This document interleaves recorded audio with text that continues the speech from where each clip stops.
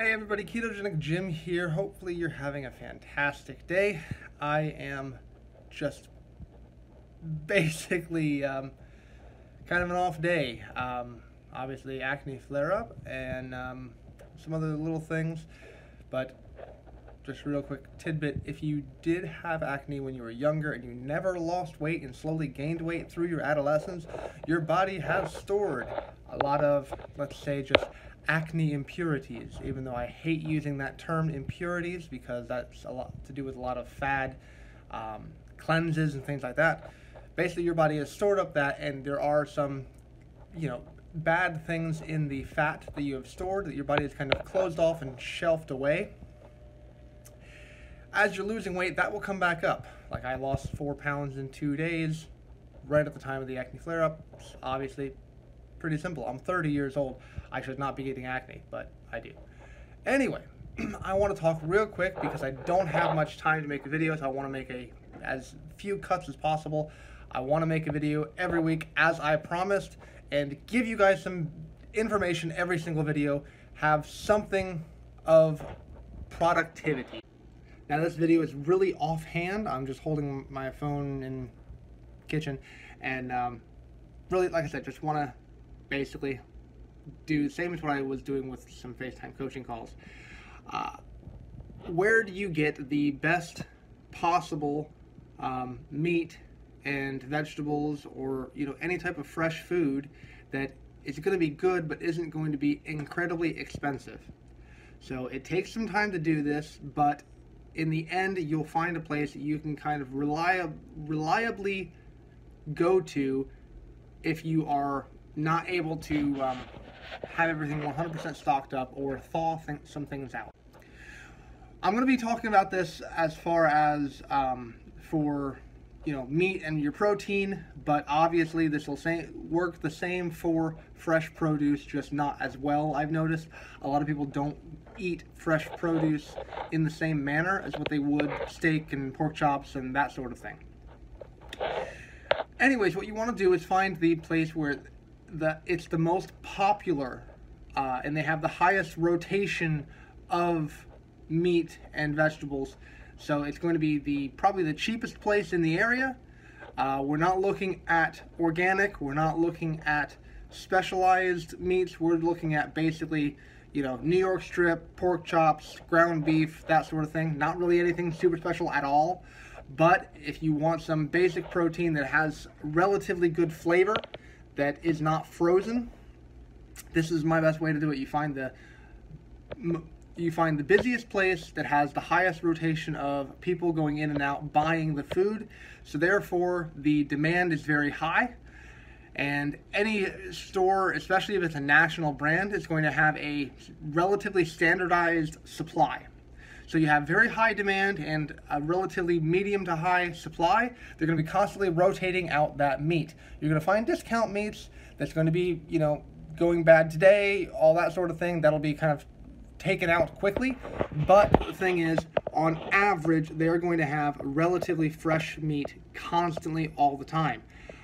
Where I'm at, I can drive 20 miles to the south and get a Walmart, get a, it's like a Giant, it's called a Just Save. Or I can go 3 to 5 miles to a Save-A-Lot, or I can go 30 miles to the north and have access to everything. Myers, Aldi, Kroger, another Walmart, another Target, things like that. The difference is, if I need to get food immediately, I just go to the Save-A-Lot right down the road.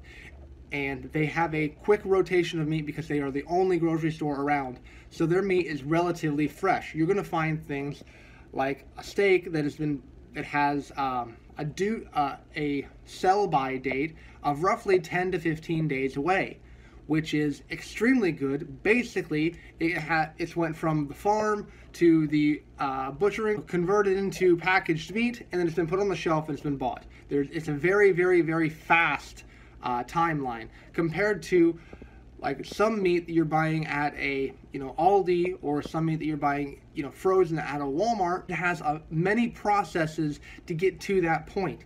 It has a lot of steps from farm to table. So you're going to be getting older meat. It's not going to be as fresh. If it's higher quality meat, it doesn't really make that much of a difference. But if it's something that you want to get immediately and eat tonight, it does make a very big difference, because if it's been frozen meat, it doesn't taste very good at all. Specifically, as far as steak, if you freeze a steak, it will bleed. It will not give the juices. You'll have to overcook it for the most part, and it's not as good, and I highly don't recommend frozen steak specifically. But everything else, you have to give it time to thaw out.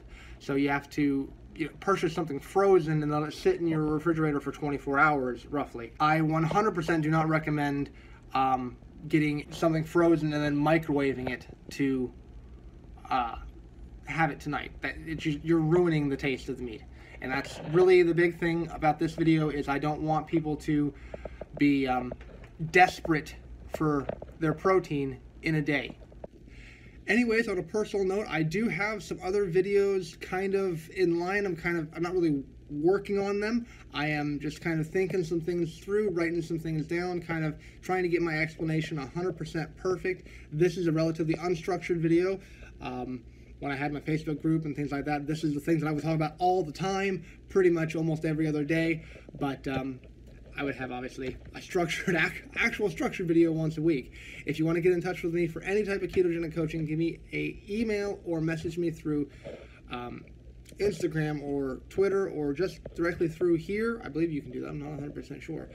ketogenicjim@gmail.com, ketogenicjim@gmail.com. I really appreciate you guys watching. Thank you so much for keeping up with the channel, and we'll go from there. I will hopefully, middle of next week, have another video set up, just so that I can be consistent, and I hopefully will have a video that has a little bit better of quality and some actual infographics. Also, I want to thank you guys real quick. I think on the channel, after I came back, it was like 400 and something subscribers still. Most of you guys probably just forgot about being subscribed to me, because it was a dead channel. No spam or anything came up, and roughly of the past couple videos of me just holding the phone and talking and not actually doing any cooking videos, or the video thumbnail's not going to have any pictures of food, you most likely won't be seeing this. So out of the 400, I'm going to say roughly about 30 to 40 are going to actually see it. And anyways, I just really want to thank you guys for sticking around, and just let you know I appreciate it. Everybody kind of backing me with what I'm doing, just supporting me, getting things back going, and trying to keep my passion alive is the best thing that I can kind of say, because I'm not a person who's gonna stick with something if it's not working, and I get discouraged very easily. So I just want to put on the video. Thank you guys for staying subscribed. Thank you, my loving wife. It's hard to say how much I miss everybody who probably is seeing this video that I've met in person. Yeah, thanks so much, guys.